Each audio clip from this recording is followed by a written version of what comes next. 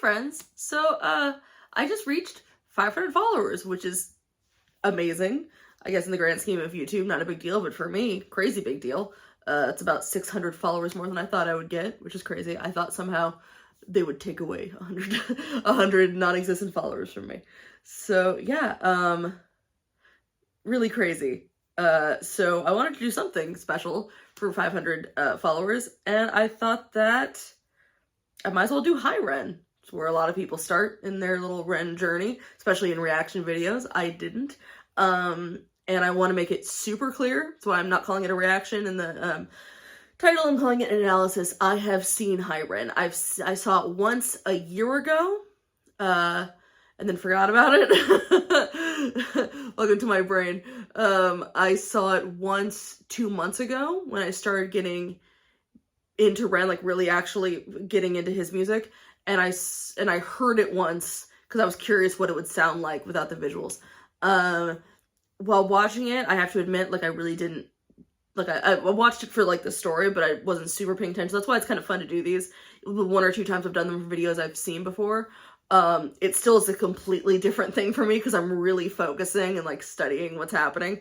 I'm not just watching it passively on the TV or something, like, I'm really focusing on it. So it is cool for me because I notice way more stuff than I ever notice usually, which is fun. But I just always want to make it clear on here that because I had heard a handful of Ren songs before I got into reacting, that I'm always very honest if I've heard it before. I don't want to lie and say that I haven't heard something when I have. And people in the comments have been kind enough, because I originally was like, I can't do high Ren, can't do the Tales, can't do Money Game 3, so I'd seen them before. But people are very clear that, like, no, we don't care, we want to hear your thoughts anyway, so that's pretty cool. I don't know what I'm gonna say in it, because I don't know.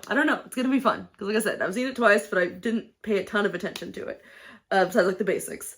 But yeah, because of that, I'm gonna speak about it, like, as far as what's going on in the story of the video, knowing what's gonna happen in the sense of the, you know, the 2 halves fighting and things like that. So, like, don't be surprised if I mention things that haven't happened yet, because I remember enough about the video to remember that happening.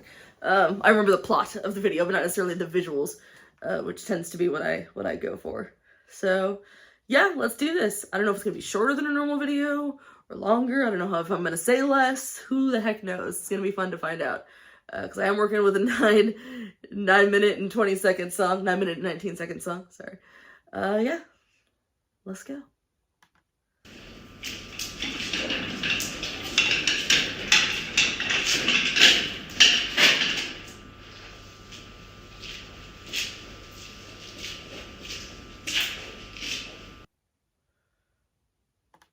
Already stopping. Okay. That's interesting. Sorry. First of all, pig.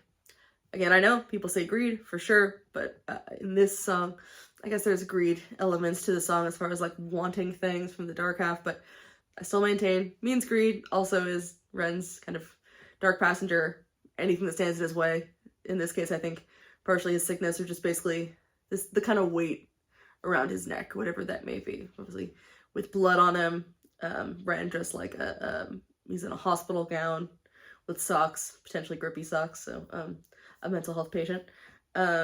Looking, and he looks drugged. He looks like someone just put him in a chair and put a guitar in his hands, and like he's super just not even there right now. I know that this film, I know a little bit behind the scenes of this film, this video was shot where they shouldn't have been, in like a basement or something, where they had no permission and they were like interrupted, and they basically only got 4 takes to make this work, but managed to make it work, which is pretty impressive on its own. But this right here, there's already, I'm so happy we knew this now, because there's a lot of stuff that I never noticed before. Oh, this is cool. Okay, so we got, I just remembered I could do this. This half of the screen is when he's pointing this way, it's the dark half, so this is, let's say this is the dark half side. This is the light half side, because that's where, if they were in 2 separate chairs, they'd be sitting. So dark half side, we've got a bigger lamp. We've got technically more power, even though it's a little bit dimmer than the other lamp. So it's larger, a larger presence at the beginning. Light side, we'll call it light side and dark side, even though it's, you know, whatever you choose to think of it as. Got it. There we go. This, we have a much smaller lamp This little table. It's little. It's itty bitty. Of like him just kind of trying to fight to be heard, but it's a little bit brighter. And up here, from above, because there's later on talking about kind of the devil and God and things like that, you've got a light with a little light flare, with a lens flare, which is kind of cool, because you've got this, even if all the darkness, you have this light kind of shining down. And, as I've said before, I love studying me some shadows. I never noticed this before, and this is very cool. Not only do you have the shadow right here, but it's split like this because of the lighting. So you've got two shadows. I'm pointing like this, so you can see everything under it. You got two shadows, so you got, and one is darker than the other. Oh, this is so cool. I was about to say I wonder if this is on purpose, but it's Sam, so it's on purpose, let's say, because I'm a big Sam fangirl. I'm a big Samuel Perry fangirl. So got the darker shadow this way, and the lighter shadow this way, split in two. And I love that the whole, I can't remember the full speech at the end. We'll get to it, obviously, but the whole, like, the brighter the light shown, the darker the shadow it casts. We've got the darker shadow here, but this is the longer shadow. This one's technically larger, even if it's lighter. That's very cool. Okay, I'm really glad I'm doing this video now. That's very cool. And of course, we've got like the kind of the big crack here in the wall, which obviously that's not something they did on purpose. That's just like something that was there. It's really great how they find these dingy places, but also can work all these elements of what they've got in the space into the visuals is really, really cool. And like the solid wall here and this one. And these are things that probably weren't on purpose. It's just what was in the room. But if you want to analyze, because it's fun, got the solid wall here where he like, the dark side, especially in the first half of the song, seems very in control. Whereas this side's a little kind of fractured and sort of like looks like it's kind of falling apart. Is neat. Okay, sorry. And if you want to get deeper, all the color, darker color, this right here, lighter color paint. That's now I'm getting a little too far into it, but screw it. Color theory is a thing in films, and it's fun to look at. Not in all films, but I do enjoy me some color theory, which is the idea that like the idea that lighting or people's costumes, all these different things can represent themes or stuff like that in the film itself. The most obvious version, even though I think it's a little heavy-handed, is something like We Need to Talk About Kevin, where it's just a lot of blues and reds, to the point where I'm like, I get it, the lighting thing. But you know, certain colors and certain, not even just films, they do it in like musicals, stuff like that. A certain color will represent a certain character, so you'll see signifiers of that character, like solid color, throughout different scenes to represent them. That's not necessarily about this. I'm just explaining color theory to you, because it's fun. Color theory in film, anyway. Oh no, I've been talking for 8 minutes and we're 13 seconds in. Shit. Okay. Let's do this. Uh-oh.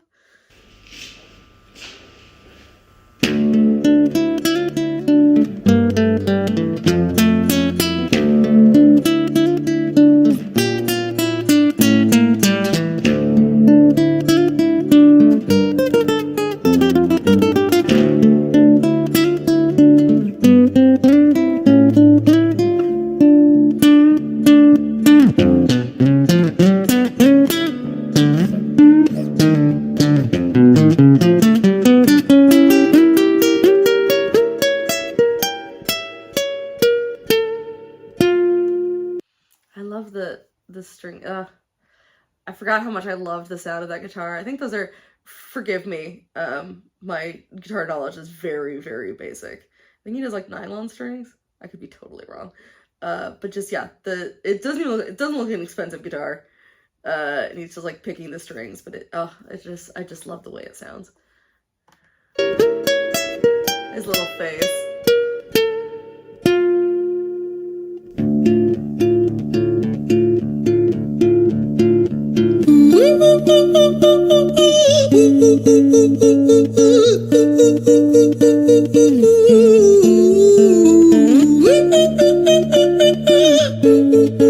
I like the way it's like he went from catatonic when he came in to kind of like It's like he's remembering, it's like he's slowly waking up from whatever they've drugged him with or whatever, just not even necessarily drugged with, but just like kind of in a flat state. It's like he starts speaking through his guitar first and then sort of just making sounds that are really beautiful and then gets into talking.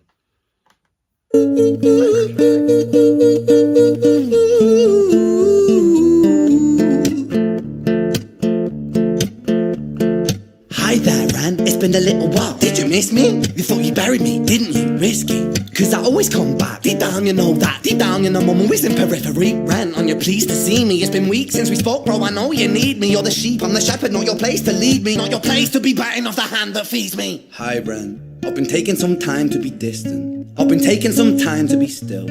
I've been taking some time to be by myself since my therapist told me I'm ill. And I've been making some progress lately, and I've learned some new coping skills.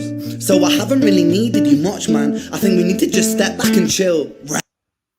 He does such a, we've got the flickering of lights whenever Darkseid's talking on both his side, which you mentioned, but also on the light side, with the light side's kind of struggling.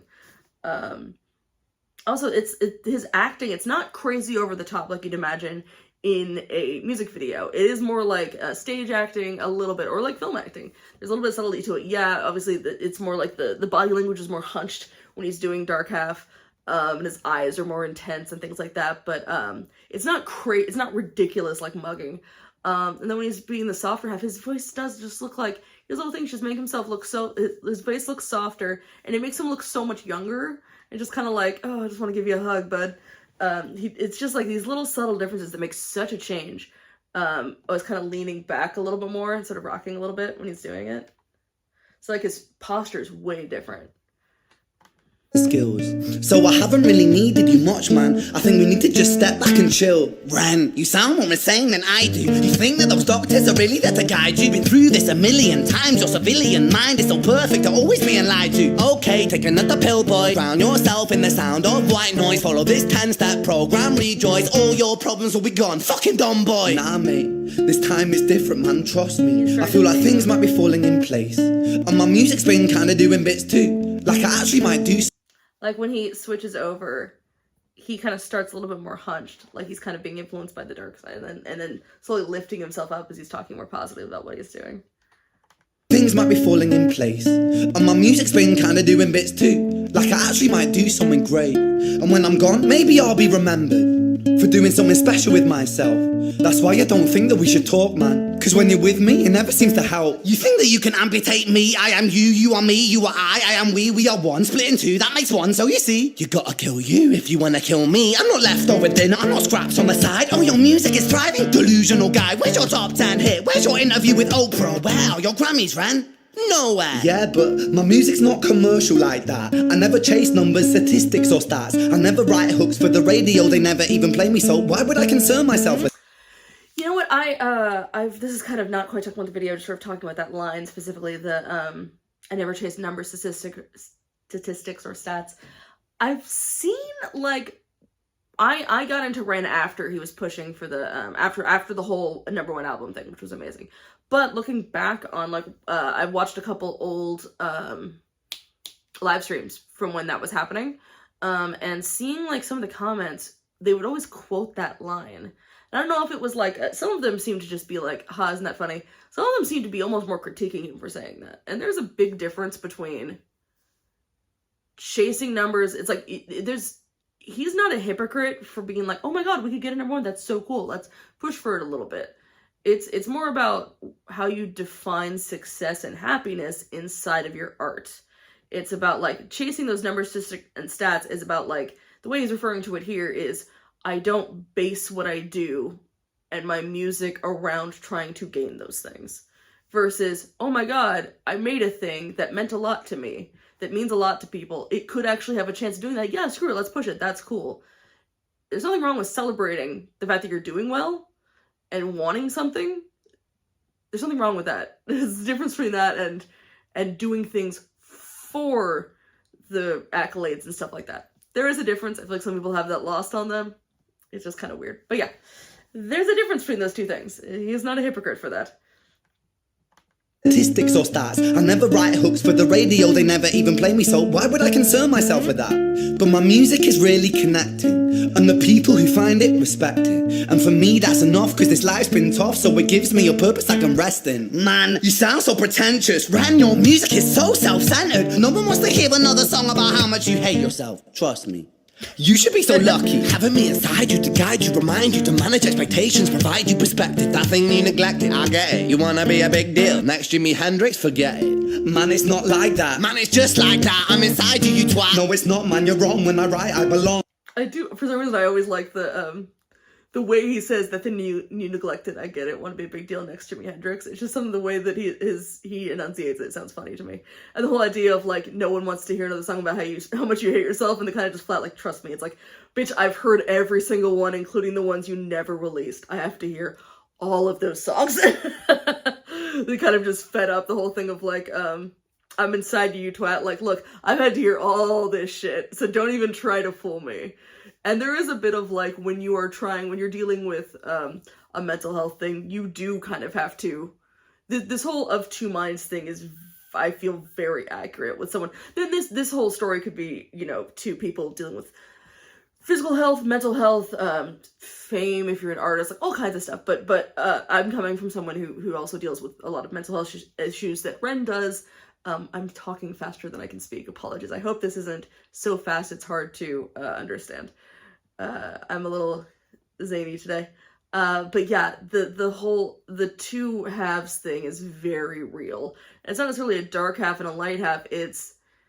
I framed it, everyone can frame it differently. In my mind, I frame it as the bad chemicals and the me. The bad chemicals in my brain that do that little thing of just like, nobody likes you, and why bother, you can't do this anyway, or you look like an idiot, or I realize you're fake, whatever it is, all those bad things that have been there since I was a kid, whatever they may be, that always makes me think that everyone's talking about me, or that everyone hates me, or whatever it may be, that have been there since, like, I was, 5 or 6. Those are always there. This little, like, some people give that person a name, some people whatever. For me, it's just like this noise. It sounds like me, it also doesn't sound like me in this kind of way. And then there's the rational part that I've had to, for a while, it was just, that was the only voice that you could hear when I was little. When I was younger, and that's why I would just be so angry all the time, because I just was like, I didn't know why. I always felt like that, and it was hard to control. But as I've gotten older, whether it was through medication or just through really, really, really trying hard to examine myself and do a lot of introspective and really work and like really just, every time if I could help it, sometimes I would thought spiral, and it's hard to get out of. But if I catch it early, would just stop and be like, all right, let's take stock of what's happening. Do I have evidence for this? Do I know everyone hates me? Why do I think everyone hates me? Okay, let me try to talk to that person. All these different things. That other voice kind of would get a little bit louder. And unfortunately, for someone like myself or other people who it's less just like, because everyone can have anxiety. But it's the difference between like being anxious and having an anxiety or panic disorder, which I have, where it's like, no, the things in your brain don't work the way they're supposed to. So, I need medication for that, and that's really just, like in this, the battle between the two, that other voice never goes away, but it's about the volume control. It's about making that rational voice that can distinguish between reality, and that bad voice just pushes up in volume to be louder than the other one. But yeah, that kind of whisper of just like, yeah, this is very, very real. And it's very much just like, don't fool, but you have to kind of, it's hilarious because, and this is how I see it, is there's a difference between me and that voice. You constantly have to kind of trick your own brain. You have to be like, it's fine, this isn't happening, even though you have to constantly be fighting with your own brain, which seems very silly, but, and a statement that doesn't make sense, but it kind of does. To some people who think as I do, this kind of constant battle you have with, like, it's exhausting, fighting against, and sometimes lying to yourself and being like, I'm fine today. And other voice might be like, no, you're not. You have all these things to do that you haven't done, and you need to do this, and you do this, and you failed at this, and it's like, I understand, but it's okay. It's fine today. You just have to keep saying it and saying it until either you can get the other voice to calm down, or you can just get through the day and then deal with it the next day. that I find very, very real in this. Look at that little face. It's not like that. Man, it's just like that. I'm inside you, you twat. No, it's not, man. You're wrong. When I write, I belong. Let me break the fourth wall by acknowledging this song. Ren sits down, has a stroke of genius. He wants to write a song that was not done previous. A battle with the subconscious. Eminem did it. Played on guitar. Plan B did it. Man, you're not original. You criminal rip-off artist. The pinnacle of your success is stealing other people's material. Ren, mate, we've heard it all before. She sells seashells on the seashore. Fuck you. I don't need you. I don't. Okay, that's interesting. First of all, I love the calling out the Eminem thing, which is so real. It's something that I would do, of just like the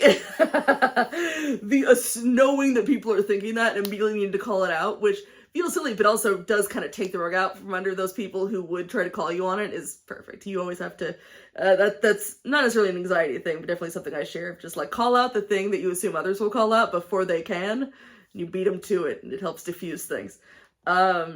But this She Sells Seashells by the Seashore, I know that I saw the performance. I don't think I've ever seen the lyrical video for Money Game 2. Let me know if I should. But I have heard the song before, and I heard the live version that he did at that award show, which is very cool. So I wonder if the She Sells Seashore was meant to be a reference to Money Game 2, because I do know that verse went kind of viral through Luigi, which I don't understand much about, but I know it was a meme. I wonder if it's supposed to be a reference of, like, we've heard it all before, this is the one thing you're famous for at the time, or if it was just a reference of, like, what you say is, like, meaningless, like those little, tongue twisters. I'm assuming it's the former, not the latter, but I don't know.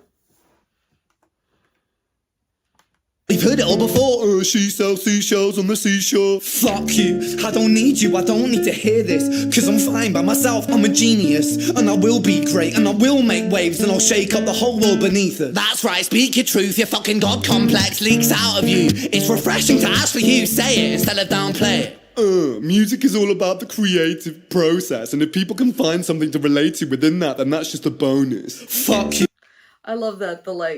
Up until this point, it was a lot of Dark Half going like, hey, you need me, and all these different things. Like, you can try to ignore me, but I'm here. We're one person. You need me. At this point, he's just full-on mocking other Ren. He's just full-on just calling him an idiot, basically, and the whole tricking him into fighting back. Where he's still, like, his face, when he's talking about he's a genius and all that stuff, he looks like he so doesn't believe what he's saying, but he's trying to. It's like the Dark Half goaded him into fighting back to say something like that, and then immediately be like, ha, God complex, just like ready to immediately call him out, which is so real. So very much an asshole. And that's also real, of being like looking at your own self and being like, you're a dick. Process, and if people can find something to relate to within that, then that's just a bonus. Fuck you, I'ma fucking kill you, Ren. Well, fucking kill me then, let's fucking have you, Ren. I'ma do it, watch me prove it. Who are you to doubt my music? Cause I call the shots, I choose if you die. Yeah, I call the shots, and so I choose who survives. I'll tie you up in knots when I lock you inside. Newsflash. That's so great, the like fighting. It's at first it seems like Light is kind of, I would just call him Light and Dark. Light is like kind of fighting like to lock him up, and then you just see that little smirk when they look down, where you realize like, uh-oh, this didn't go as planned. Dark is in control. It's cool. And then of course I know that the music gets a lot faster in this really kind of cool way. It builds up really great. I do remember that. Human side. Newsflash. I was created at the dawn of creation. I am temptation. I am the snake in Eden. I am the reason for treason, beheading all kings. That's cool, because the flickering lights, for a minute there, only one shadow could be there at a time. And his side is completely going dark. And then it makes the light side, which was always kind of, because they had that light from above, the light side shadow was a lot like faded and more kind of bright, because it wasn't so, and now it's super, super dark, but still long. That's really cool. So it's like darkness is really taking over. And the light half, I know it'll flicker, but in this shot, like the light half lamp is completely shut off. Like he is super just not in control anymore. I was created at the dawn of creation. I am temptation. I am the snake in Eden. I am the reason for treason, beheading all kings. I am sin, with no rhyme or reason. Son of the morning, Lucifer, Antichrist, father of lies. Mephistopheles, truth in a blender, deceitful pretender, the banished avenger, the righteous surrender. When standing in front of my solar eclipse, my name is stitched to your lips. So you see, I won't bow to the will of a mortal, feeble and normal. You wanna kill me? I'm eternal immortal. I live in every decision that catalyzes chaos, that causes division. I live inside death, the beginning of ends. I am you, you are me, I am you, friend.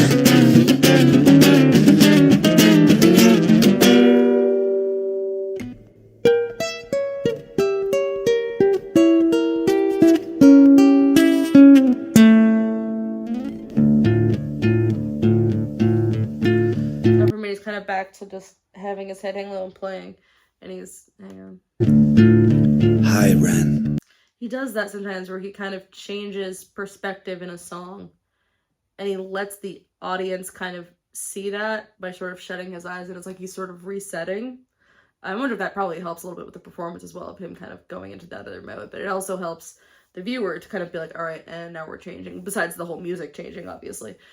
The cool thing about or interesting thing about the Dark's verse is that you can see it in a lot of different ways. People can, if they want to, can look at that and be like, oh, he's actually the devil, and it's the devil in your brain, and blah, blah, blah, blah, and it's influencing you to think poor things. And same with this side being, like, God or something, or the other side being God. Not throughout it. Not in the first part, but this part being God, I know some people think. And that's totally fine, and totally a justified reading of it. But I see it more as just, like, because as someone who does not do not believe in, you know, in the Christian God or any of that stuff, I think it's more of like, I am the thing that makes people create these myths. I am the thing that makes people create this darkness in the world, and I am the thing that makes it so you believe in it. I'm the fear and the self-doubt that makes you believe these things can influence you. That's what I believe it is, from my perspective anyway. Of like, I am all these different things. I am temptation, I am all this stuff. And temptation to do whatever it may be, whether it's like just being selfish, or it's being kind of just shutting down the things you care about, because it's scary. Or because, you know, shutting down your principles. A lot of it's just like, you know, you want to be all these different things. He's not necessarily always saying bad things. Like, oh, you want to be famous, you want to be whatever. It's that lure of like, get rid of your principles, which is obviously a big thing, a theme in a lot of Ren's music. And then this part being kind of the amplified light side. I don't know. From what I can, let me just watch it and figure out what I think about it. So I'm like, I think I remember what I thought about it, but I don't remember. So let's go. Sorry, I hope any of this makes sense. I'm kind of like half saying things. Not a very good reactor. Hi, Ren. I've been taking some time to be distant. I've been taking some time to be still. I've been taking some time to be by myself, and I've spent half my life ill. But just as sure as the tide starts turning, just as sure as the night has dawned, just as sure as the rainfall soon runs dry when you stand in an eye of a storm, I was made to be tested and yeah, it's the whole thing of him. His voice is in between the two. It's deeper than Light was, but it's calmer and softer than Dark was. And it's also that moment, and it's like very piercing because we haven't seen it yet in this whole video, where he actually looks at us. He looks at the camera, which, you know, obviously in a lot of things you're like not supposed to look directly at the camera, but I think it's so great when it's used, it like really kind of pierces you because you're never prepared for it. So suddenly he's singing at us. I mean, he's trying to teach us something. At this point it's teacher mode kind of, but I think that this is meant to be not light side, not dark side, but just Ren side. Maybe the hopeful version, like the aspirational version of Ren. Because I know later on he talks about like, I'm hope and things like that. It's the best version of Ren, I think. But really has a handle on all this, that can accept the dark side. It can acknowledge it while also choosing hope. Because I know originally this song didn't end this way. The song ended with darkness winning. I think Ren unaliving himself or something. But his friends were like, hey, it's a hardcore bummer. Why don't you not? And he's like, yeah, fair enough. Which thank goodness they did, because this is a far more interesting ending. I mean, like, if I watched the other version, I would probably thought it was cool, but, like, this is a way more interesting ending. And the light is back from up above. Soon runs dry when you stand in an eye of a storm. I was made to be tested and twisted. I was made to be broken and beat. I was made by his hand, it's all part of his plan that I stand on my own 2 feet. And you know me, my will is eternal. And you know me, you've met me before. Face to face with a beast, I will rise from the east and I'll settle on the ocean floor. And it's interesting because, like, the whole, obviously now we're suddenly breaking into handheld camera, which can be, it just kind of startled him because we haven't had it this entire time. But you get to see the light from the other side too, where something like the shining light is on both sides, which I'm sure it was there the whole time, but we couldn't see it. Plus it's suddenly everything's a lot more personal, and since he's looked you in the eyes, now suddenly you are right there. You are now present in the scene. It's not a conversation between two halves of a person. It's a conversation between a person and the world around him. And also more ocean. I kind of want to, like, while listening to Ren's discography, really delve into, like, he uses a lot of water and ocean imagery, which is, like, you know, water and things like that can be so many things, and it's totally, there's nothing wrong with using it, but I'm just really interested that he does it a lot. I keep wanting to, like, study all the water imagery. It's just, like, a whole thing for him. I think it's cool. I know there's a song called Ocean, which I haven't heard yet, but I know it's got, I forget her name, the person who's also on Humble, which I also have not heard yet, but yeah, I think that it's jarring to suddenly go to the handheld, but I kind of like it. I think it's earned. I think especially when you stand up, because suddenly it's like the camera rises up as he stands, which makes it more like we're all standing together. I think it works, for sure. Face to face with a beast, I will rise from the east and I'll settle on the ocean floor. And I go by many names also. Some people know me as Hope. Some people know me as the voice that you hear when you loosen the noose on the rope. And you know how I know that I'll prosper? Cause I stand here beside you today. And that, he's talking about more himself. The I'm Hope, how will I prosper, I'm standing beside you today. It's closer up with him talking about I am the voice, loosen the noose on the rope. Sorry, I forgot all the words.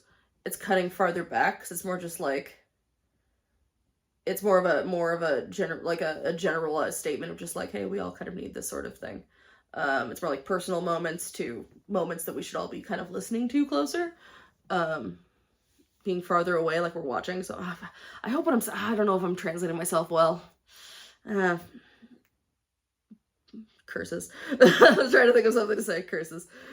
It makes sense in my brain. I don't know if I'm saying it well. Again, I'm not. I'm glad I have 500 followers, but I'm not a good reactor. I've always, whenever I finish one of these, I worry if anything I've said makes sense. And I'm too scared to go back and watch them, so I'll never know. I'll never know if they make sense. Rope. And you know how I know that I'll prosper? Cause I stand here beside you today. I have stood in the flames that cremated my brain, and I didn't once flinch or shake. So cower the man I've become when I sing from the top of my lungs, that I won't retire, I'll stand in your fire, inspire that me to be strong. And when I am gone I will rise in the music that I left behind. Ferocious, persistent, immortal like you, we're climbing to different sides.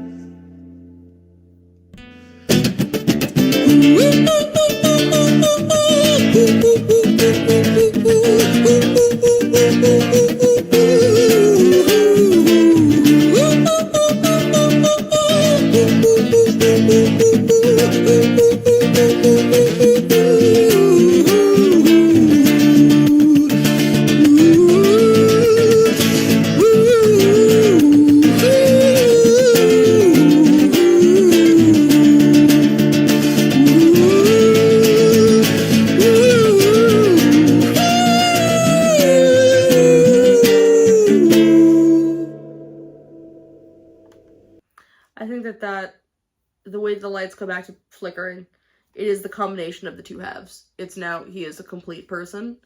We're like, the darkness is still there. The darkness is probably always going to be there. It has to be, because there has to be some kind of balance in a person. So the darkness will always be there. But at this point, no matter how much it flickers, no matter how much it tries, he's on his feet. He succeeded. He's still upright. He still is surviving and continuing to go forward. regardless of all the flickers.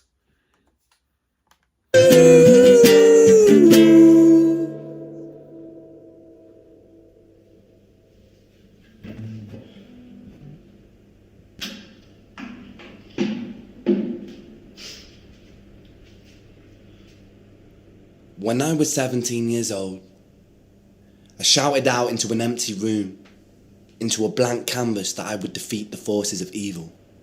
And for the next 10 years of my life, I suffered the consequences, with autoimmunity, illness, and psychosis. As I got older, I realized there were no real winners and there were no real losers in psychological warfare, but there were victims and there were students. It wasn't David versus Goliath. It was a pendulum, eternally swaying from the dark to the light. And the more intensely that the light shone, the darker the shadow it cast. It was never really a battle for me to win. It was an eternal dance. And like a dance, the more rigid I became, the harder it got. The more I cursed my clumsy footsteps, the more I struggled. So I got older, and I learned to relax, and I learned to soften, and that dance got easier. It is this eternal dance that separates human beings from angels, from demons, from gods. And I must not forget, we must not forget, that we are human beings.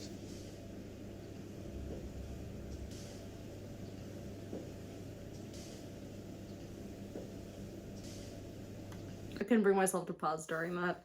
You know, it's funny, the first time I saw the video, I didn't listen to that part, and I don't know why, but I didn't for some reason. But since I did, when I watched the video like 2 months ago, when I started getting back into Ren, it really has stuck with me. I feel like it's stuck with a lot of people, and it really has, I think, changed how I deal with myself when it comes to, because I did very much feel like it was a battle all the time. The fight, you know, I talked about earlier, the fighting with your inner self, and I would see, because it was a fight, if I made goals for myself, or I had a strategy to deal with my anxiety or my depression or something, and it didn't work, I would see it as a failure. I would see it as like, I have failed for the day or for whatever. And it just made things harder the next day, and it made things harder the next day of just like really trying to keep myself going got more difficult as I just sort of in my own mind kept racking up these failures.